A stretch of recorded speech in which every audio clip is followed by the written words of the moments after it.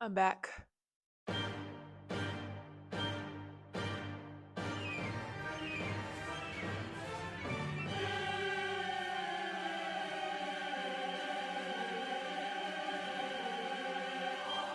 Canto 2, The Entrance.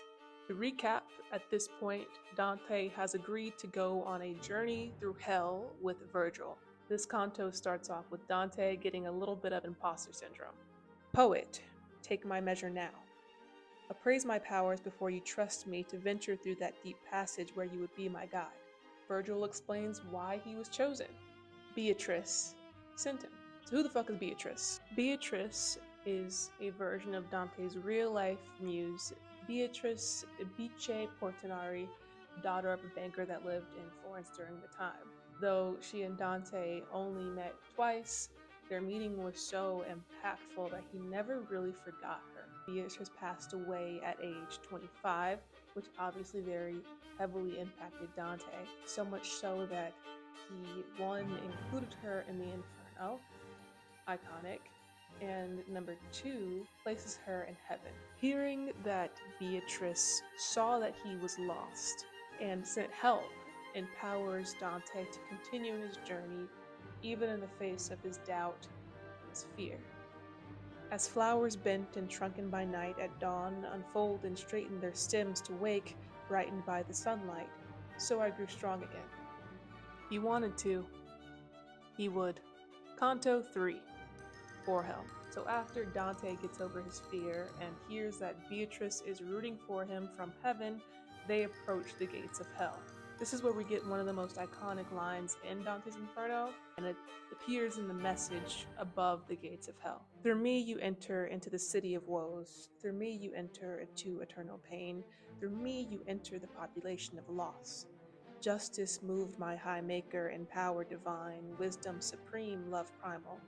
No things were before me not eternal. Eternal I remain.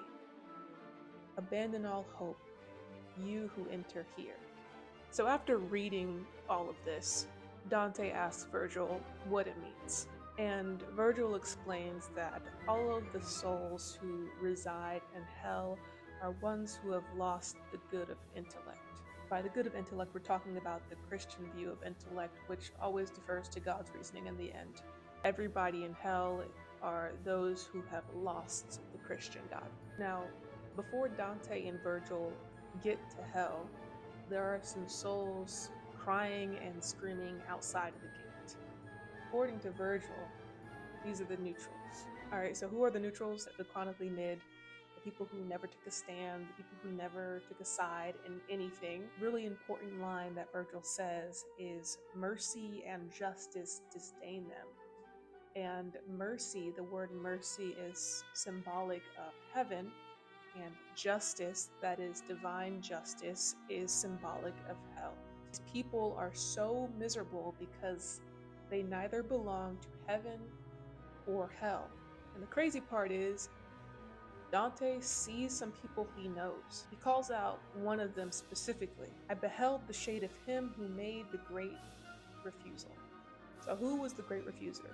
Well, likely he was Pope Celestine V, who resigned from the papacy after just 5 months.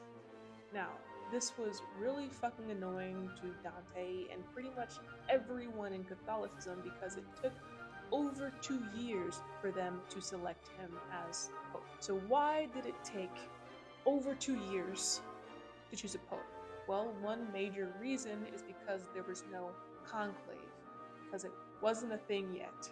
That meant that the electing bodies of the Catholic Church was very susceptible to interlopers, political opinions, outsiders, that sort of thing. So they eventually elect Celestine V as Pope, right?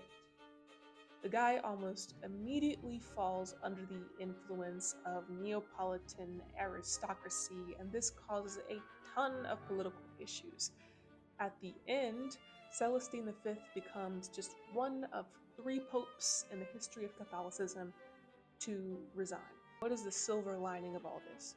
Well, this whole debacle actually led to the creation of the conclave.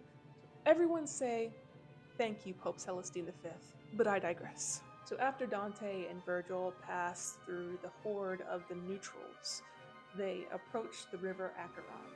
And at the river Acheron, they meet Charon. So who the fuck is Charon? In Greek mythology, Charon is the ferryman of the underworld. And when he sees Dante and Virgil coming up to him, he gets pissed. One, because Dante is still alive, and two, because he's a good soul, and only bad souls are supposed to pass through hell. And Charon actually tries to turn Dante away.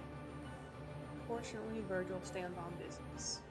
And Virgil says, "Charon, do not rage.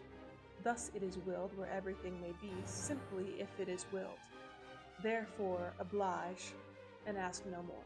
AKA, it's their God-given right to pass through. Charon obeys and the ground opens up. And this shit is so scary that Dante passes out. And that's the end of Canto 3. And yes, we're continuing our trend of the shifting camera because my tripod is broken and I am bad at filming things.